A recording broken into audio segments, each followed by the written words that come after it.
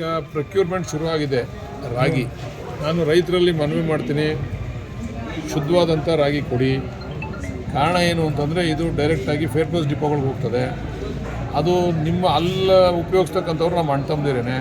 ಅದಕ್ಕೆ ಒಳ್ಳೆ ರಾಗಿ ಕೊಡಿ ಅಂತ ಮನವಿ ಮಾಡ್ತೀನಿ.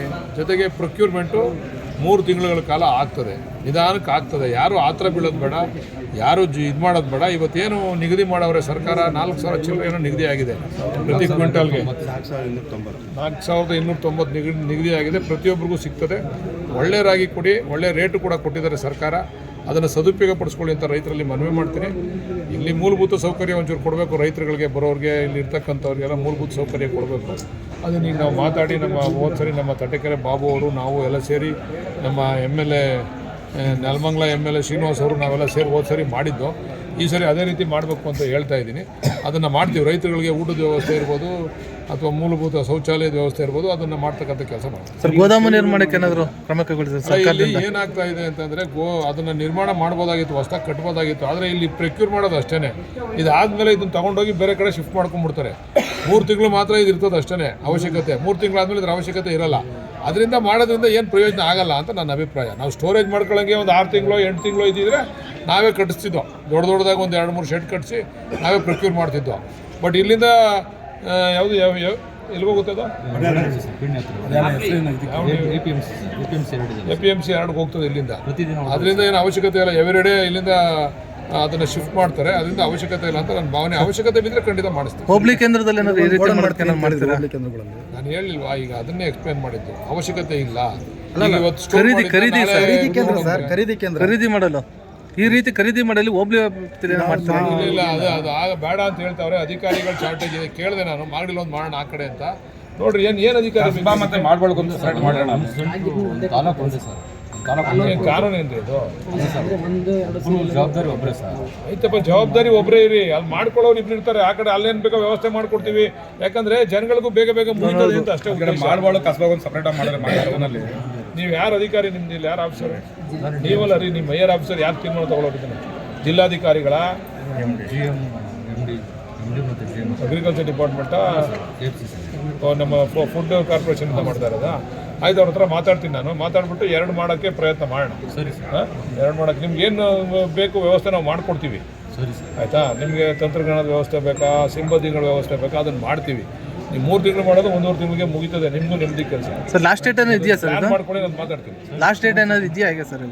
ನೀವು ಏನೇನು ಯಾರು ನೋಂದಣಿ ಮಾಡ್ಕೊಂಡವ್ರೆ ಎಲ್ಲರೂ ಕೂಡ ತಗೋತಾರೆ, ಖರೀದಿ ಮಾಡ್ತಾರೆ. ಲಾಸ್ಟ್ ಡೇಟ್ ಏನಿಲ್ಲ.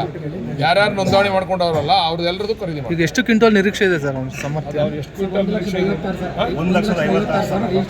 1,56,000 ಕ್ವಿಂಟಲ್ ರಿಜಿಸ್ಟರ್ ಆಗಿದೆ. ಅಷ್ಟನ್ನು ಖರೀದಿ ಮಾಡಿ. ಸರ್, ಕಳೆದ ಬಾರಿ ಹಾಕಿರೋರು ಕೆಲವು ರೈತರುಗಳಿಗೆ ಇನ್ನೂ ಹಣ ಪಾವತಿ ಆಗಿಲ್ಲ ಅಂತ ಒಂದು ಆರೋಪ ಇದೆ. ಯಾರು ಅಂತ ನೀವು ಅಂಕಿಅಂಶ ಸಮೇತ ಕೇಳಿದ್ರೆ ನಾವು ಹೇಳ್ತೀವಿ. ಸುಮ್ಮನೆ ವೇಗಾಗಿ ನೀವು ಹಂಗೆ ಹೇಳ್ಬಿಟ್ರೆ ಹೆಂಗೆ ಮಾಡೋದು ನಾವು? ಬೆರಳೆಣಿಕೆ ಎಷ್ಟು ಮಂದಿಗೆ ಬಂದಿಲ್ಲ ಅಂತ ಹೇಳಿ. ಯಾರಿಗಾಗಿಲ್ಲ ಅಂತ ಯಾರಿಗಾಗಿಲ್ಲ ಅವ್ರಿಗೆ ಮಾಡಿಕೊಡ್ತೀವಿ. ಬಟ್ ಮನವಿ ಮಾಡ್ತೀನಿ ರೈತರಲ್ಲಿ, ಒಳ್ಳೆ ರಾಗಿ ತೊಗೊಂಬಂದು ಕೊಡಿ. ಕಳೆದ ಬಾರಿ ಸ್ವಲ್ಪ ಎಲ್ಲರ ಮೇಲೆ ಹೇಳಲ್ಲ, ಕೆಲವರು ಇಟ್ಟಿಗೆ ಮಿಕ್ಸ್ ಮಾಡ್ಕೊಂಡಿದ್ರು, ಕೆಲವರು ಬೇರೆ ಬೇರೆ ರೀತಿಯಲ್ಲೆಲ್ಲ ಮಾಡಿದ್ರು ಅಂತ ನನ್ನ ಗಮನಕ್ಕೆ ಬಂತು. ಅದೆಲ್ಲ ಮಾಡೋದು ಬೇಡ ದಯಮಾಡಿ. ಎಲ್ಲ ರೈತರನ್ನ ಮನವಿ ಮಾಡ್ತೀನಿ. ಯಾಕಂದರೆ ಇದನ್ನು ತಿಂತಕ್ಕಂಥವ್ರು ನಮ್ಮ ಅಣ್ಣ ತಮ್ಮದಿರೇ. ಇನ್ನೊಂದು ಸೊಸೈಟಿಗೆ ಹೋಗಿ ಅಲ್ಲಿ ತಿಂದವ್ರು ನಮ್ಮ ಅಣ್ಣ ತಮ್ಮದಿರೇ. ಅದಕ್ಕೆ ವ್ಯವಸ್ಥೆ ಮಾಡಬೇಕು. ಅದರಿಂದ ದಯಮಾಡಿ ಎಲ್ಲರೂ ಕೂಡ ಶುದ್ಧ ರಾಗಿನ ತೊಗೊಂಬಂದು ಕೊಡಿ ಅಂತ ಮನವಿ ಮಾಡ್ತೀನಿ. Thank you sir.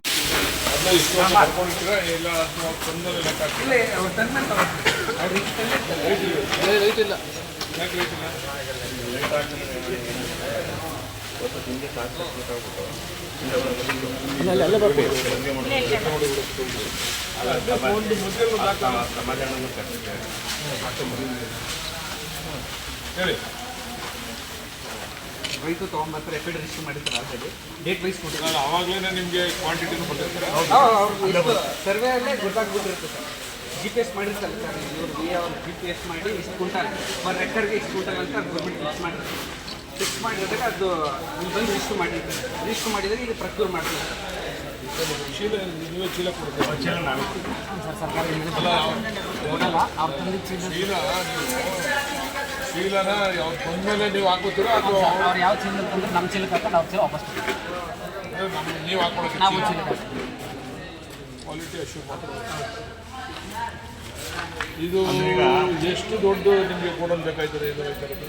ಸರ್ ಅಂದರೆ ನಮ್ದು ಈ ಸಲ ಎಷ್ಟು ಟನ್ ಇದರಲ್ಲಿ ಎಷ್ಟು ಟನ್ ಹಿಡಿತದೆ ನಾವು ಗೋಡನ್ ಸ್ಟೋರ್ ಮಾಡಲ್ಲ ಸರ್ ನಾವು ಲಾರಿ ತುಂಬ ಎಲ್ಲಿ ಕೊಡ್ತೀರಾ? SWC ಒಡೆಯರಲ್ಲಿ KSWC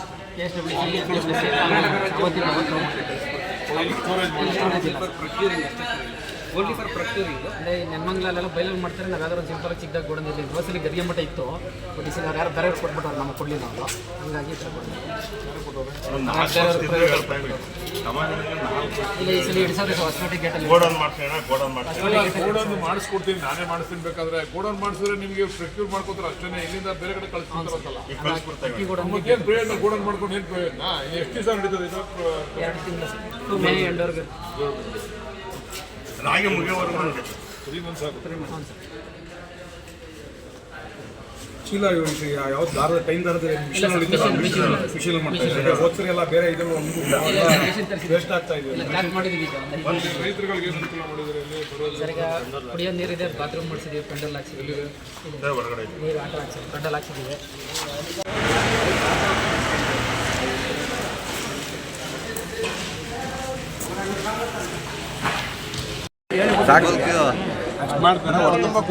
ಅಲ್ಲ ಸರಿ, ಮಜ್ಜಿಗೆನೂ ಕೊಡ್ತಾರೆ. ಅಲ್ಲ ಮಜ್ಜಿಗೆ ನಾನು ಹೇಳ್ತೀನಿ, ಮಜ್ಜಿಗೆನೂ ಕೊಡ್ಸೋಣ. ಮುಂಚೆನ ಬರ್ತಾರೆ ಅಂತ ಒಂದು ಇದು ಮಾಡಿಬಿಟ್ಟು ಮಜ್ಜಿಗೆನೂ ಕೊಡ್ಸೋಣ. ಮಾಡಿ ರೆಡಿ ಮಾಡ್ಕೊಳ್ಳಿ. ನಾನು ಅವ್ರಿಗೆ ಹೇಳಿದೆ, ಹೊಸತಿನೂ ಕೊಟ್ಟಿದ್ರು, ಅಲ್ಲಿಂದ ಕಳಿಸ್ಬಿಟ್ಟಿದ್ದೀನಿ.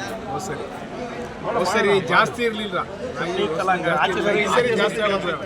3 ತಿಂಗಳು ಇರ್ತದೆ. ಯಾರಿಗಾರ ಒಪ್ಪಿಗೆ ಮಾಡಿ. ಇವರು ಸರಿಯಾಗಿ ಮಾಹಿತಿ ಕೊಡಲಿಲ್ಲ. ಒಂದೇ ಹೋಗ್ಬಿಡಿ ಅಂತ ಅಂದ್ಬಿಟ್ರು. ಸೋಲೂರು ಹೋಗ್ಬಿಡಿ ಒಂದೇ ಕಲೆಕ್ಟ್ ಮಾಡೋದು ಅಂತ. ನಾನು ಅವ್ರಿಗೆ ಹಂಗೆ ಅಂದ್ರೆ ಎಲ್ಲ ಪೂರ್ತಿ ನಿಮ್ಮ ಹತ್ರ ಮಾತಾಡಿಲ್ಲ. ಎಲ್ಲ ಮಾಡಿಸಿ ಮಾಡೋಣ.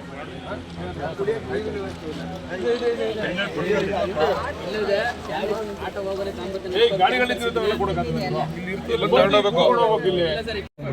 ಎಲ್ಲಿ ಕೊಡ್ತೀರಾ? SWC ಒಡೆಯರಲ್ಲಿ. KSWC ಅವತ್ತಿಂದ ಹೋಗ್ಬಿಡ್ತೀವಿ.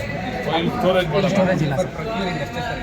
Only for procuring. ಅಂದರೆ ಈ ನೆನ್ಮಂಗ್ಲೆಲ್ಲ ಬೈಲಲ್ಲಿ ಮಾಡ್ತಾರೆ, ನಾವು ಯಾವ್ದಾದ್ರು ಸಿಂಪಲ್ ಚಿಕ್ಕದಾಗ ಗೋಡನ್ ಇರಲಿ. ದೋಸೆಲಿ ಗದಿಗೆ ಮಟ್ಟ ಇತ್ತು, ಬಟ್ ಈ ಸಲ ಯಾರು ಬೇರೆ ಕೊಟ್ಬಿಟ್ಟವ್ರು, ನಮಗೆ ಕೊಡಲಿಲ್ಲ ಅವರು. ಹಂಗಾಗಿ ಈ ಥರ ಯಾರು ಕೊಟ್ಟವ್ರೆ? ಇಲ್ಲ ಈ ಸಲ 2000 ಹೊಸಪೇಟೆ ಗೇಟಲ್ಲಿ ಗೋಡನ್ ಮಾಡ್ಸೋಣ, ಗೋಡನ್ ಮಾಡಿಸ್ಕೊಡ್ತೀನಿ, ನಾನೇ ಮಾಡಿಸ್ತೀನಿ. ಬೇಕಾದ್ರೆ ಗೋಡನ್ ಮಾಡಿಸಿದ್ರೆ ನಿಮಗೆ ಪ್ರೊಕ್ಯೂರ್ ಮಾಡ್ಕೋತಾರೆ ಅಷ್ಟೇ, ಇಲ್ಲಿಂದ ಬೇರೆ ಕಡೆ ಕಳಿಸ್ಕೊಡ್ತಾರಲ್ಲ. ಅಕ್ಕಿ ಗೋಡನ್ ಮತ್ತೇನು ಪ್ರಯೋಜನ? ಗೋಡನ್ ಮಾಡ್ಕೊಂಡು ಏನು ಪ್ರಯೋಜನ? ಎಷ್ಟು ದಿವಸ ನಡೀತದೆ ಇದು? 2 ತಿಂಗಳು ಸರ್. ಮೇ ಎಂಡವರೆಗೆ. ರಾಗಿ ಮುಗಿಯೋವರೆಗೂ 3 months ಆಗುತ್ತೆ. ಹ್ಞೂ ಸರ್. ಚೀಲ ಯಾವ ದಾರದ ಟೈಮ್ ದಾರದ ಮಿಷನ್ ಮಿಷನ್ ಮಾಡ್ತಾರೆ. ಹೋದ್ಸರಿ ಎಲ್ಲ ಬೇರೆ ಇದನ್ನು ಮಿಷಿನ್ ತರಿಸಿ ವೇಸ್ಟ್ ಆಗ್ತಾ ಇದೆ. ಸ್ಟಾರ್ಟ್ ಮಾಡಿದ್ದೀವಿ ಈಗ. ಅಲ್ಲಿ ರೈತರುಗಳಿಗೆ ಏನು ಅನುಕೂಲ ಮಾಡಿದ್ದಾರೆ ಇಲ್ಲಿ ಬರೋದು? ಸರ್ ಈಗ ಕುಡಿಯೋ ನೀರಿದೆ, ಬಾತ್ರೂಮ್ ಮಾಡಿಸಿದ್ದೀವಿ, ಪೆಂಡಲ್ ಹಾಕ್ಸಿದ್ದೀವಿ, ನೀರು ಆಟ ಹಾಕ್ಸಿದ್ದೀವಿ, ಪೆಂಡಲ್